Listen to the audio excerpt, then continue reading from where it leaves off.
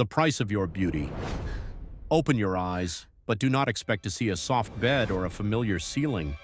Instead, you see the blinding, angry sun of Rome and cold iron bars. You are not home. You are in a slave market, a place where human dignity costs less than an amphora of sour wine. Feel the smell? A pungent mix of the sweat of 1,000 bodies, horse manure, and the dust of the Appian Way. A heavy iron collar chafes your collarbones, and the roar of the crowd merges into an indistinct hum.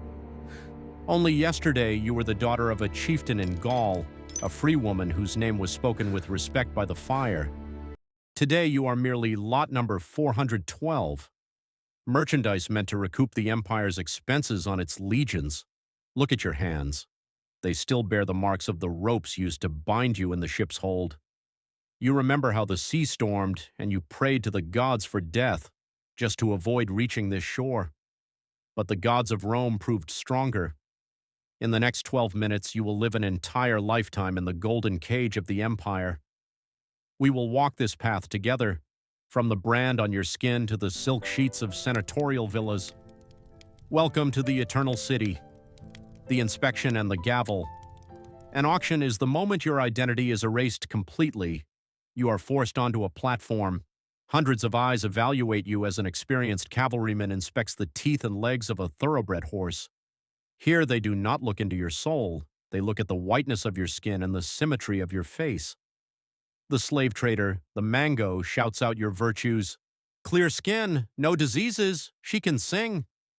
To make you look more expensive, they have rubbed you with oil to hide bruises and exhaustion. They command you to turn, to walk, to smile. Your shame is their profit. And then he appears in the crowd.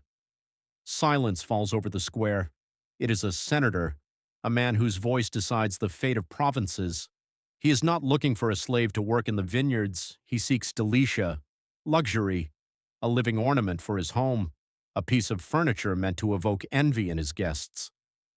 When the auctioneer's gavel falls, you realize your beauty saved you from death in the quarries, but it has also become your curse. Now you belong to him. Every move you make, every breath, and even your dreams are now the property of the Roman Republic, the social ladder of the damned. The senator's villa is a massive machine, powered by hundreds of stolen lives. As a delicia, you sit near the top of this miserable hierarchy, but that only makes you a target. Below you are the servi rustici, those who work the fields, their bodies broken by the sun. Then there are the cooks, the cleaners, the litter bearers. They watch you with a mix of awe and pure, unfiltered venom. To the girl who scrubs the atrium floors, you are a reminder of everything she can never have. You must navigate this social minefield. In the world of slaves, kindness is a luxury you cannot afford. You trade favors for safety and silence for survival. You are in a war where the front line is the kitchen and the weapons are whispers and stolen keys. Survival strategy and the cosmetics of death. How do you avoid becoming mere disposable material? Become indispensable.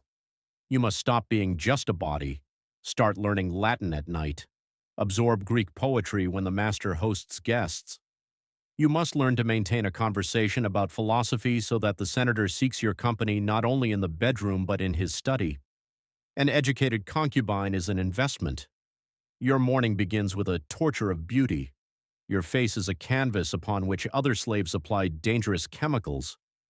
You use lead-based white pigments that slowly poison you, causing headaches and weakness. You line your eyes with antimony and lighten your hair with a caustic soap made of goat fat and beech ash. Your scalp burns, but you must shine. If a single strand falls out of place, the mistress might prick you with a sharp hairpin right in the shoulder. You learn to endure pain with a smile. Your appearance is your armor, and if it cracks, you become useless. The psychology of the master and the Saturnalia. Trapped to survive, you must become a master of human psychology. You watch the senator. You see how the absolute power over hundreds of lives has rotted his soul. Even when he is kind, it is the kindness a child shows to a toy. You realize that the greatest danger is not his anger, but his boredom. A bored master is a creative torturer. Once a year, madness descends upon Rome, Saturnalia, 7 days when the world turns upside down. Slaves sit at the master's table and masters serve them. It seems like freedom, but it is the empire's most dangerous trap.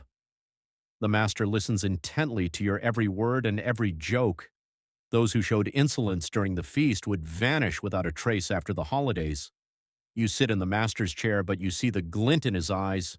He remembers everything: the golden chain, snaps, and manumission.